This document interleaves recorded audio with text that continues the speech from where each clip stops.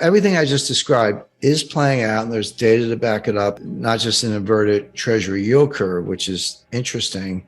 Well, Tuesday 10 is the main sector where it's inverted, but even more profoundly in the Eurodollar futures curve. Yeah, I call the treasury yield curve a short-term bet on a long-term rate. The Eurodollar futures curve is a long-term bet on a short-term rate, because the Eurodollar future it's like we're betting on what an overnight rate is going to be 2 years from now. So, okay, long-term bet on a short-term rate, and it's inverted, and it shouldn't be inverted. That should never, it does happen, but it should not happen. Yield curve should be upward sloping just because time value of money and uncertainty, et cetera. If I lend to you for a longer period of time or make a further forward bet, I should get a higher rate. In this insightful analysis, Jim Rickards challenges the common belief that a recession signaled by the Federal Reserve's actions is a buying opportunity for stocks. He questions the narrative that assumes the Fed will pivot from rate hikes to rate cuts, leading to a stock market rally.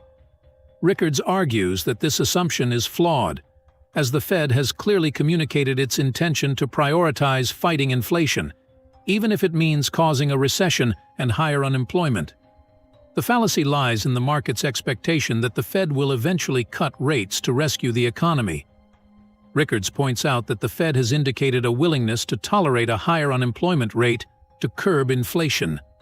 With the focus on the core personal consumption expenditure (PCE) metric, which excludes food and energy, the Fed aims to reach its 2% inflation target. However, Rickards believes this target may not be achieved anytime soon, and the economic repercussions could be severe. Contrary to the common narrative of a Fed pivot leading to stock market gains, Rickards warns of a looming recession, higher unemployment, and a potential bear market. He dismisses the idea of a timely Fed intervention and cautions investors against expecting a market rebound. As the Fed appears committed to its rate-hiking stance, Rickards advocates for a more cautious and realistic approach to navigate the complex economic landscape. Well, how come people betting on overnight rates a year or 2 years from now think that rates are going to be lower? And that shouldn't happen. The only explanation for that is we're going to go into recession. It's going to get a lot worse. But going back to a really important distinction between a recession, even a bad one, and a financial crisis, because they're two different things. They can come together. But for example, in 1998, we had an acute financial crisis, and with long-term capital management, and I negotiated that bailout. I had front row seat on that one. But 1994, the tequila crisis, and there was the bond market massacre. There have been these financial crises, but there was no recession in 1998. In fact, the NASDAQ went to the moon. We were looking, long-term capital, we were licking our wounds after the meltdown and, turning on CNBC and like watching pets.com, the sock puppet, and all these things. They're going to the moon. Like, hey, we just got wiped out. But the opposite is true. You can have a recession without a financial panic. 1990, we had kind of a mild recession. There was no financial panic then.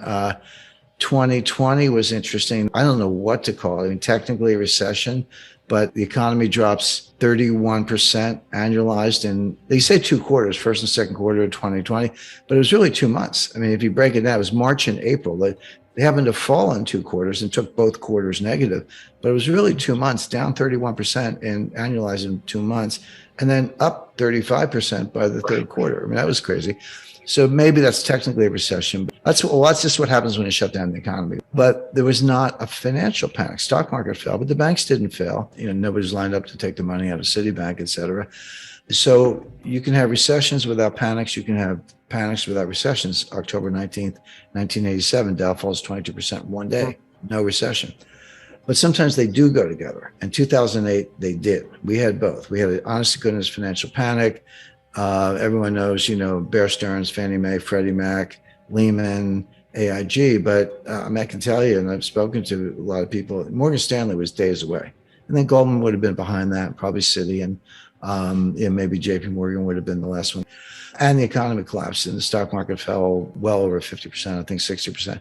So that was an example of both. And what I'm concerned about is we may be heading into both. If everything I said about what's behind the curtain, the plumbing of the financial system, acute dollar shortage, scramble for collateral, which leads to deleveraging, because if I can't get the collateral, I got to take the trade-off. Deleveraging of balance sheets, et cetera, which are the early warning signs of a global financial panic, and a likely recession. We could very well be looking at a severe recession and a global liquidity crisis, two different things, but they could converge.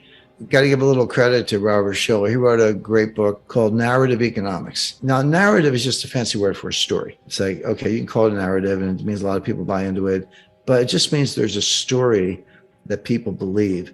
And this goes back to the greatest sociologist of the 20th century, Robert K. Merton. There is no Nobel Prize in sociology, but if there were, Robert K. Merton would have won it. But he's the one who came up with the phrase, the self-fulfilling prophecy. And the classic case is you wake up in the morning, the bank's fine, but somebody gets nervous and they run down and take all their money out. And somebody sees them and go, what are you doing? So I'm getting my money out of this bank. Okay, I better get my money out too. And everyone's like, I don't want to be the last one out. Next thing you know, there's a line around the block. And by the end of the day, the bank shuts its doors and they're bankrupt. But they weren't bankrupt at 9 o'clock in the morning. It's because a story spread. People believed it. People acted on it. And that's the key. Do you act on the story? You can make the thing you're worried about come true, even though it wasn't true when the story started. Narratives can be true, but they can be false. In other words, a completely false narrative can be extremely powerful if enough people buy into it. The Fed pivot is a narrative, and it went like this. So inflation takes everyone by surprise in fall, late 2021. November 2021, Jay Powell says, time to retire the word transitory. And then inflation goes to the roof. The stock market goes down. But then after the Fed raised rates, and then the yield curve is inverted, the narrative is like, well, wait a second. The yield curve inversion is telling us that rates are going to be lower months from now. Inflation's cooling off a little bit, and it has. And so they're going to have to cut rates. That was the pivot. And rate cuts are good for stocks, so buy stocks. But then we get this rally and the stock market's, recovering a lot of this, not all the lost ground, by the way, but a lot of it, all based on the Fed pivot narrative, which I never bought into. I mean, you don't want to stand in front of a moving train. I wasn't going to short the S&P. I did not buy into the narrative. I said for two reasons. Number one, inflation came down from 9. Well, that's nice, but you say you want to get it to 2. You're a long way from 2. And how much demand destruction, how many rate hikes, how much do you have to do to really destroy the economy to get inflation down to 2? The answer is a lot. And tell me why that's good for stocks. And it's not. But the other reason is, and this is a little more sophisticated analytically, but just because the yield curves are telling you that market pros think rates are going to be lower, it doesn't mean the Fed's going to cut. That is the message. But it doesn't mean the Fed's going to get the message. How many times does the Fed get things right? The answer is never. The buy the dips crowd have not gone away. They're still around. I'll say talking heads, I guess I'm one, but the cheerleaders, I'll put it that way. The Wall Street cheerleaders, they're never gone away. The Wall Street always wants to sell you something. The people who think the Fed knows what they're doing, there's some of those. But the fundamentals have not changed. Forecasting the consequences of Fed policy is really difficult, but forecasting Fed policy is the easiest thing in the world because they tell you what they're going to do. But the hard part is what's going to happen as a result of that. And the Fed's thinking maybe hard landing, but not too bumpy. And I'm thinking more like a plane crash. Not to get too geeky, but sometimes I can't help myself. There's a concept, it's not that difficult. It's called DBO1, which is the dollar value of 1 basis point. And what it means is if interest rates go up, 25 basis points, what's the change in the price of securities?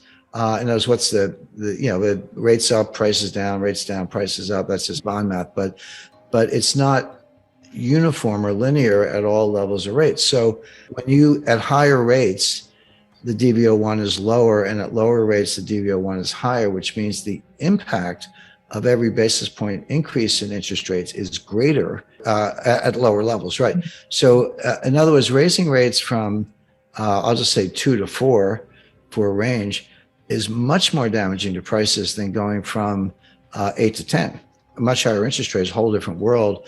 But the impact of that on bond prices is less. than going from 2 to 4, where it's like you're just putting these bonds in the cellar. And that plays out in derivatives world. So that's another factor, along with scarcity of collateral, shortage of dollars, quadrillion dollars in notional, deleveraging balance sheets, and a higher DV01, meaning these interest rate hikes do more damage per basis point to bond prices than if they were at a higher level. That's definitely cause for concern.